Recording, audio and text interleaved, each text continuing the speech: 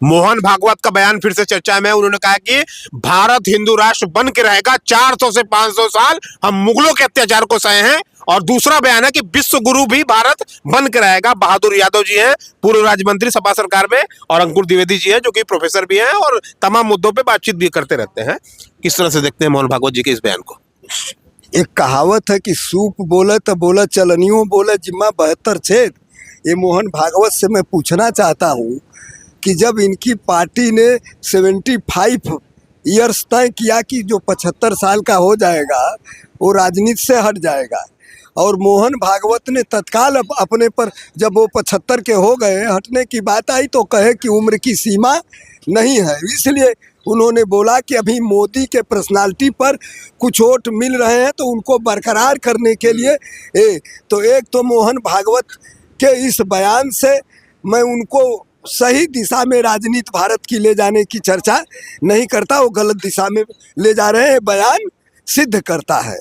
और दूसरा, ये भारत में जिस तरह से कि फुलवारी होती है, उसमें गुलाब खिलता है और उसमें बेला खिलता है, उसमें गेंदा खिलता है, उसमें तरह तरह के फूल खिलते हैं, तब एकदम चहचहाती हुई बगिया बनती है, जिसमें सीता जी भी गई थी फुलवारी में फूल तोड़ने। चौपाई बनी कि 4 अखियाँ लड़ी की लड़ी रह गई, राम देखे सिया को सिया राम को।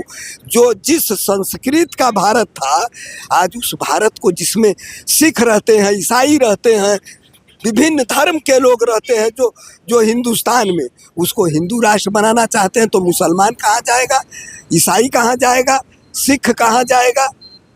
यह सरासर केवल सरकार बनाने की बात है। जब से भारतीय जनता पार्टी की सरकार बनी है, आरएसएस के हाथों में खिलौना है। और राजनारायण जी, स्वर्गीय राजनारायण जी कहते थे कि जो आरएसएस है, हिंदू और मुसलमान के बीच में जो नफरत रूपी कूड़ा है, उसी पर आरएसएस रूपी कीड़ा पलता है। क्या बात करेंगे मोहन भागवत? समाजवादियों ने इस देश को बनाने का काम किया है। हिंदुस्तान की आज़ादी की लड़ाई में इन लोगों ने माफ़ी मांग लिया था और अंग्रेजों का साथ दे रहे थे। जब हिंदुस्तान के लोग हिंदुस्तान की आज़ादी की जंगें लड़ाई लड़ रहे थे तो आरएसएस के लोग कहाँ थे? मैं सवाल करना चाहता हूँ मोहन भागवत से, इनकी ओरिजिन कहाँ थी? 1925 में नागपुर में इनका संगठन बन गया था, और आज जब 1942 की लड़ाई गांधी ने छेड़ा तो उस लड़ाई में एक भी अगर आरएसएस के लोग खड़ा हो तो हमारे जैसे लोग राजनीति का चोंगा निकाल करके फेंक देंगे। लोकतंत्र के चौथे खम्भे हैं जितेंद्र जी। मैं आपसे कहना चाहता हूँ, क्या बात करेंगे मोहन भागवत जी?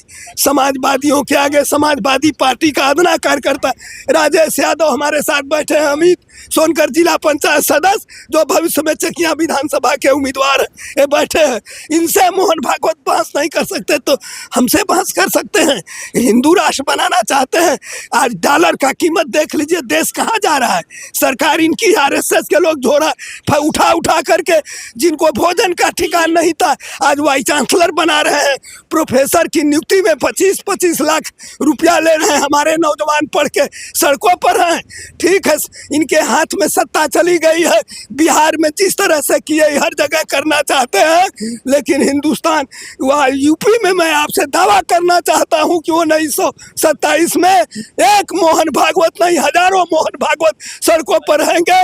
समाजवादी पार्टी की सरकार, समाजवादी पार्टी के राष्ट्रीय अध्यक्ष माननीय अखिलेश यादव के नेतृत्व में बनेगी और झूठे बयान कई सनातन